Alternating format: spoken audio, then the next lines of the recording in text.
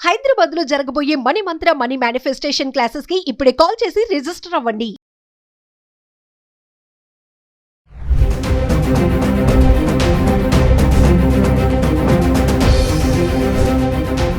నమస్తే, welcome back to Suman TV. Present మనతో పాటు ఉన్నారు అనలిస్ట్ మందర్ కృష్ణారెడ్డి గారు. నమస్తే సార్. నమస్తే అమ్మా. సార్, పరువు హత్యల గురించి మాట్లాడుకుంటే ఒకసారి 2018కి వెళ్దాం. ప్రణయ్ అమృత, ఆల్రెడీ మీకు కేసు తెలిసే ఉంటుంది. అసలు అప్పట్లో అది మొత్తం హల్చల్ చేసింది ప్రణయ్ అమృతది. ఎంత దారుణం అంటే అంత దారుణం అనమాట. మళ్ళీ ఇప్పుడు ఒకసారి చూసుకుంటే అమీన్పూర్ జరిగినటువంటి ఇన్సిడెంట్, బీటెక్ సెకండ్ ఇయర్ చదువుతున్న అబ్బాయి, మరి అది లవ్ అంటున్నారు, మనకి ఫుల్ క్లారిటీ లేదు. తల్లి మాట్లాడదామని ఇంటికి పిలిచి చంపేయడం అంటే ఒక మనిషి చంపడము. ఇప్పుడు తప్పు చేసిన అమ్మాయి అయితే అమ్మాయిని శిక్షించుకోవాలి, కానీ అటువైపు ఉన్నటువంటి అబ్బాయిని ఎందుకు శిక్షిస్తున్నారు అనేది ఇక్కడ పాయింట్ సార్. ఈ పరువు హత్యలు అనేవి ఆగవా? ఇంకా ఈ పరువు ప్రతిష్ట అనేవి నడుస్తున్నాయా? అంటే మనం సినిమాలో చూస్తూ ఉంటాం కదా, పరువు అంటారు, ప్రతిష్ట అంటారు. మరి జనాల్లో కూడా ఇంకా ఇవి ఉన్నాయా అంటే సార్ ఒక్కసారి ఈ అమీన్పూర్ ఇన్సిడెంట్ గురించి మాట్లాడుకుంటే. పరువు హత్యలు భారతదేశంలో, ముఖ్యంగా ఆంధ్రప్రదేశ్, తెలంగాణలో ఎక్కువ అలిదడులు సృష్టిస్తున్నాయి. కులం ప్రాతిపదిక, మతం ప్రాతిపదిక మీద చాలా జరిగాయి. గతంలో మతానికి సంబంధించిన వాళ్ళు హిందూ మతం నుంచి ముస్లిం గారి మృతులు, క్రిస్టియన్స్ పెళ్లి చేసుకోవడం అనేది ఒక పద్ధతిలో జరిగింది. తర్వాత దానికి జిహాద్ అనే పేరుతోటి ముస్లింలు దాని మీద చాలా పెద్ద పోరాటం, చాలా గందరగోళాలు జరిగాయి. కానీ ఈ కులాల మధ్య కుంపుట్లు ఏవైతే ఉన్నాయో, ఒక కులం వాళ్ళు మరొక కులం వాళ్ళని పెళ్లి చేసుకున్నప్పుడు పరువు హత్యలు అనేవి వస్తున్నాయి మెయిన్గా. దానికి ఉదాంతంగానే చెప్పాలంటే 2018లో మనకు జరిగినటువంటి అమృత వాళ్ళకి సంబంధించిన కేసులో మనం చూస్తే, మిర్యాలగూడకు సంబంధించిన కేసులో అమ్మాయి ఏమో ఉన్నత కులానికి సంబంధించిన అమ్మాయి, దళిత వర్గానికి సంబంధించిన అబ్బాయిని పెళ్లి చేసుకుంటే, ఆ అమ్మాయి తండ్రి మారుతిరావు అనే అతని వ్యక్తి ఆ అబ్బాయిని పిలిపించి అతనికి సుపారీ ఇచ్చి అతని మర్డర్ చేయించారు. తర్వాత అతను కూడా ఆత్మహత్య చేసుకున్నాడు. ఎంత జరిగింది. కానీ ఆ కేసు బాగా విపరీతంగా ప్రకటనలోకి వెళ్ళిపోయింది. అంటే అంత ముందు జరగలేదంటే చాలా జరిగాయి, కానీ ఈ ఉదంతం ఎక్కువగా బయటకు వచ్చింది. ఆ అమ్మాయి చాలా గట్టిగా బాధించింది, తల్లిదండ్రులకు వ్యతిరేకంగా పోరాడింది. అందువల్ల దీని case national level, international level కూడా వెళ్ళిపోయింది. ఆ తర్వాత వరుసగా పరంపరగా కొన్ని వందల వేల కేసులు మనం చూసాం. దాంట్లో భాగంగానే ఇప్పుడు అమీన్పూర్లో జరిగినటువంటి కేసు కూడా అలాంటిది. దీనికి అబ్బాయి పేరు సాయి అనేటువంటి కుర్రాడు కృష్ణా జిల్లాకు సంబంధించిన వాడు. అతను ఈ అమీన్పూర్ కూకటిపల్లికి దగ్గరలో ఉండే ఒక స్కూల్లో, కాలేజీలో అతను ఇక్కడ చదువుకున్నాడు. దానికి కారణాలు వాళ్ళు ఇక్కడికి రావడమో లేకపోతే ఇక్కడ ఉండిపోవడమో ఏదో జరిగింది. 10th క్లాస్లో ఒక అమ్మాయిని చూశాడు, అమీన్పూర్కి సంబంధించిన అమ్మాయి. ఆ అమ్మాయిని చూసి అతను వాళ్ళిద్దరికి ఓన్లీ మామూలు స్నేహం మాత్రం ఉండేది మొదట్లో 10th క్లాస్లో. తిరిగి వాళ్ళిద్దరు బీటెక్ దాకా ఇక్కడే ఉన్నారు. బీటెక్ ఇద్దరు వేరు కాలేజీలు చదువుకుంటున్నారు. ఈ మధ్య కాలంలో ఎప్పుడో వాళ్ళిద్దరి మధ్య ప్రేమ చెందించింది. చిన్ననాటి బాల్య స్నేహితులు. ఒక రకంగా చెప్పాలంటే 10th క్లాస్ నుంచి వాళ్ళకు స్నేహం ఉంది. 10th క్లాస్లో కలిసి చదువుకున్నారు, కో ఎడ్యుకేషన్లో చదువుకున్నారు. కాబట్టి అక్కడ వాళ్ళిద్దరి మధ్యలో ఒక స్నేహం చిగురించింది. స్నేహం మెల్లమెల్లగా అది ప్రేమగా మారింది. ఇద్దరికి బాగా ఇష్టమైంది. బీటెక్ చదువుతున్నారు ఇద్దరు కూడా వేరు కాలేజీల్లో. వాళ్ళు ప్రేమించిన విషయాన్ని ఇళ్లలో చెప్పుకున్నారు. తెలిసిపోయింది, ఇళ్లలో తెలిసింది. తెలిసినప్పుడు ఇక్కడ వాళ్ళ ఇంట్లో, అబ్బాయి ఇంట్లోనూ వ్యతిరేకించారు, అమ్మాయి ఇంట్లో ఇద్దరు వ్యతిరేకించినప్పటికీ వాళ్ళకి ఆగల. వాళ్ళిద్దరు కలవడం మొదలుపెట్టారు, శారీరకంగా కూడా కలుసుకున్నారు.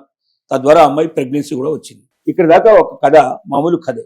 దీని తర్వాత జరిగింది ఏమిటంటే, సడన్ గా ఆ అబ్బాయిని అమ్మాయి వాడి ఇంటికి పిలిపించారు, మాట్లాడాలని. మరి పిలిపించారు అని వీళ్ళు చెప్తున్నారు, కాదు ఆ అబ్బాయి వచ్చాడని వాళ్ళ తల్లి చెప్తోంది. వర్షం ఏందో మనకు స్పష్టంగా తెలియదు, కానీ ఇంటికి రావడం అయితే ఖాయంగా జరిగింది. మాట్లాడడం జరిగింది. ఆ అమ్మాయిని కొట్టడం ప్రారంభించారు. తల్లి కొట్టడం స్టార్ట్ చేశారు. 4 months ప్రెగ్నెన్సీ అయిందని చెప్పంగానే కొట్టడం ప్రారంభించారు. ఆ అమ్మాయిని కొడుతూ ఉంటే ఈ అబ్బాయి అడ్డుపడ్డాడు. అమ్మాయిని ఎలా కొడతారు, కొట్టడానికి వీల్లేదు అని ఈ అబ్బాయి అడ్డుపడ్డాడు. బ్యాట్ తీసుకొని ఈ అబ్బాయిని కొట్టేసి ఈ అబ్బాయి చనిపోయాడు. ఇద్దరిని తీసుకెళ్లి హాస్పిటల్లో జాయిన్ చేయడానికి తీసుకెళ్లారు. అంటే ఇంకా బతికే ఉన్నాడని ఉద్దేశంతో తీసుకెళ్లారు, కానీ అప్పటికే చనిపోయారని చెప్పి డిక్లేర్ చేశారు. ఆ అమ్మాయిని హాస్పిటల్ జాయిన్ చేశారు. అమ్మాయికి ఇప్పుడు బాగుంది. తల్లి చెప్పే వర్షన్ ఏంటంటే, ఆ అమ్మాయికి 4 months ప్రెగ్నెన్సీ అని తెలిసిన తర్వాత ఇంట్లో వాళ్ళు కొడుతున్నారు, నన్ను బయటికి రానివ్వడం లేదు అని అబ్బాయి మెసేజ్ పెట్టింది అబ్బాయికి. అమ్మాయి మెసేజ్ పెడితే అబ్బాయి మా ఇంటికి వచ్చాడు. మా ఇంటికి వచ్చినప్పుడు మా అమ్మాయిని మేము కొట్టుకుంటాను, తిట్టుకుంటాను, నువ్వో అని చెప్పి అమ్మాయిని కొట్టాము. మేము అమ్మాయిని కొడుతుంటే అతను అడ్డుపడ్డాడు. అతను దెబ్బలు తగిలేదు, అతను చనిపోయినాడు అని తల్లి వర్షం చెప్తుంది. కానీ అబ్బాయి పెద్దనాన్న ఎవరు అంటే, అబ్బాయికి పేరెంట్స్ లేరు సార్, పెద్దనాన్న దగ్గరే పెరుగుతున్నాడంట. పెద్దనాన్న చెప్పే విషయం ఏంటంటే, అబ్బాయిని పిలిచారు, మాట్లాడదాం రమ్మని ఇట్లా చంపేశారనేసి పెద్దనాన్న చెప్పే వాదన. ఎలా చెప్పినా ఏం జరిగినా ఇక్కడ జరిగింది ఏమిటి, అమ్మాయి వాళ్ళ ఇంట్లో అబ్బాయిని చంపేశారు. ఇది వాస్తవం. పిలిస్తే వెళ్ళారా, ఆ అమ్మాయి ఫోన్ చేస్తే వెళ్ళాడా, అమ్మాయి మెసేజ్ పెడితే వెళ్ళాడా, వెంటనే ఎలా వెళ్ళినా జరిగింది ఏమిటి, హత్య అయితే జరిగిపోయింది. అంటే ఏమిటి, వాళ్లకు ఈ అమ్మాయిని ఇచ్చి పెళ్లి చేయడం ఇష్టం లేదు, లేదు. వీళ్ళని విడగొట్టాలనుకున్నారు, మర్యాదగా చెప్పారు, రకరకాలుగా బెదిరించారు, అన్నిటికీ అతను వీళ్ళు ఏమి దేనికి లొంగలేదు, చివరికి ఇద్దరు ఒకరు కావాలనుకున్నారు, జీవితాన్ని ముందుకు తీసుకెళ్లాలనుకున్నారు. అసలు ఒకటి మొట్టమొదటి ఆలోచించాల్సిందంటే బిడ్డల్ని కన్నాం కాబట్టి ఆ బిడ్డల్ని కొట్టడానికి కానీ చంపడానికి కానీ మనకు హక్కు ఉంది అనుకోవడం అనేది కరెక్ట్ కాదు. అది వాళ్ళ బిడ్డల్ని కాదు, వేరే వాళ్ళ బిడ్డల్ని. ఎవరిని కొట్టడానికి లేదు, ఎవరిని చంపడానికి వీల్లేదు, మనకు హక్కే లేదు. Yes. మన బిడ్డను కానీ ఇంకో బిడ్డను కానీ చెప్పడానికి మనకు హక్కు లేదు. మానవత దృక్పథంతో ఆలోచించాల్సిన అవసరం ఉంది. బిడ్డను పెంచిన మాట వాస్తవమే, వాళ్ళు మేజర్ అయిపోయిన తర్వాత వాళ్ళ హక్కులు వాళ్ళకు ఉంటాయి. వాళ్ళు ఎవరిని కావాలంటే వాళ్ళు పెళ్లి చేసుకోవచ్చు, వాళ్ళ జీవితం ఎలా కావాలంటే అలా గడపచ్చు.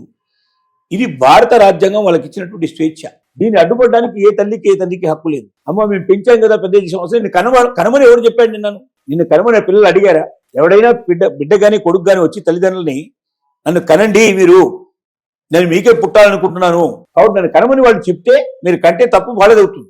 మీరు మీ అవసరాల కోసం, మీ శారీరక అవసరాల కోసం మీరు కలిసి మీరు ఒక బిడ్డను పుట్టించి ఆ బిడ్డని పెంచిన తర్వాత ఆ బిడ్డ నేను చెప్పినట్టే వినాలి, నేను ఎవరు చెప్తే వాడు పెళ్లి చేసుకోవాలి, నేను ఎలా చెప్తే వాళ్ళు ఉండాలి అని అనుకోవడం అనేది ఒక బానిసత్వానికి అంటే నేను పిల్లల్ని బానిసలుగా పెంచదలుచుకున్నాం అనమాట. పిల్లలు బానిసలు కారు. వాళ్ళకి విద్యాబుద్ధులు చెప్పించి వాళ్ళకు ఒక వయసు వచ్చేదాకా వాళ్ళని సంరక్షించాల్సిన బాధ్యత మాత్రమే మనది. ఎందుకంటే మనం పుట్టించాం కాబట్టి ఆ తర్వాత వాళ్ళ జీవితాన్ని వాళ్ళు నిర్ణయించుకోవాలి. దాన్ని ఎవరు కూడా కాదనడానికి వెస్ట్రన్ కంట్రీస్ అన్నీ ఇదే పద్ధతి అవసరం. ఎవరు కూడా వెస్ట్రన్ కంట్రీస్లో ఈ రకంగా బిడ్డల మీద అఘాయిత్యం చేయడం కానీ పరువు హత్యలు చేయడం కానీ ఇలాంటివి చేయరు. అంటే సార్ ఇక్కడ ప్రాణం కంటే పరువే ఎక్కువైపోయిందా? అంతే అనుకోవాలి అంటారా? అంతే కదా. ఇక్కడ అదే మరి డబ్బున్న వాళ్ళలో మళ్ళీ ఈ పరువులు ఏం కనబడవు మీకు. ఇద్దరి దగ్గర డబ్బు పుష్కలంగా ఉందనుకోండి, ఇద్దరి దగ్గర ఆస్తులు పుష్కలంగా ఉన్నాయనుకోండి, శుభ్రంగా చాలా సంతోషం అండి అనుకుంటారు. కులం కనబడదు, మతం కనబడదు, ఏం కనబడదు అక్కడ. ఇది మధ్యతరగతి జీవితాల్లోనే ఎక్కువ వస్తాయి. నిమ్న కులాల్లో కూడా, దళిత కులాల్లో కూడా ఇది పెద్దగా ఉండవు.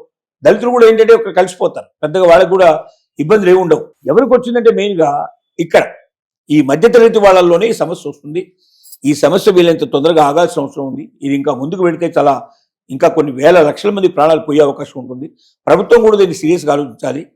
పరువు హత్య ఎవరైనా చేస్తే వాళ్ళకి ఇంకే రకంగా ఆలోచించకుండా ఉరిశిక్ష డైరెక్ట్గా ఖాయంగా ఉండేటట్టుగా, అది కూడా 100 days లోపల ఖాయం చేసేటట్టుగా ఒక చట్టాన్ని తీసుకొస్తే అప్పుడు కానీ తల్లిదండ్రులు ఈ విషయం నుంచి దూరంగా ఉండే అవకాశాలు ఉంటాయి. లేకపోతే అప్పటిదాకా మాత్రం ఏళ్ల తరబడి కేసు పడుతుంది. కేసు ఏమవుతుంది, కోర్టులో పడుతుంది, 10 ఏళ్ళు 15 ఏళ్ళు నడుస్తుంది, కింది కోర్టు నుంచి పై కోర్టు దాకా వెళుతుంది. ఈ లోపల వాళ్ళ లైఫే అయిపోతుంది. అందుకే ఇంత నిర్భయంగా చేసేందుకు ప్రయత్నం చేస్తున్నారు. మరి అభం శుభం తెలియని పిల్లలు బీటెక్ చదువుతున్నాడంటే ఏముంది, ఇంకా చాలా జీవితం అంతా ముందే ఉంది. ముందుండే జీవితాన్ని ఇక్కడ నాశనం చేశారు. ఎవరి బిడ్డ అయినా బిడ్డే, ఇంకొకరి బిడ్డని చెప్పడానికి మనకు హక్కు లేదు.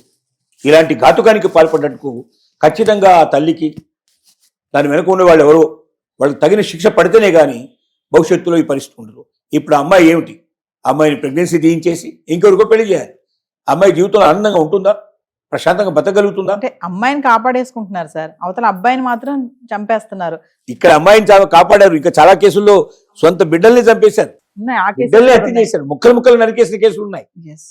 కాబట్టి ఈ కేసులన్నీ కూడా చూపించేది ఏంటంటే మానవత్వాన్ని మర్చిపోతుంది మనిషి. పరువని, మర్యాదలని ఒక అడ్డం పెట్టుకొని, ఓ తెర వేసుకొని మన బిడ్డల్ని మనమే చంపుకుంటున్నాం, లేదా ఇంకో బిడ్డని చంపేస్తున్నాం, మనం అమాంతంగా చంపేస్తున్నాం. ఈ హక్కు లేదు. ఇది చాలా అమానుష్యమైన విషయం. ఈ విషయం నుంచి బయటకు వచ్చి సమాజం మారాల్సిన అవసరం తప్పనిసరిగా ఉందని తెలియజేస్తున్నాం. Thank you sir.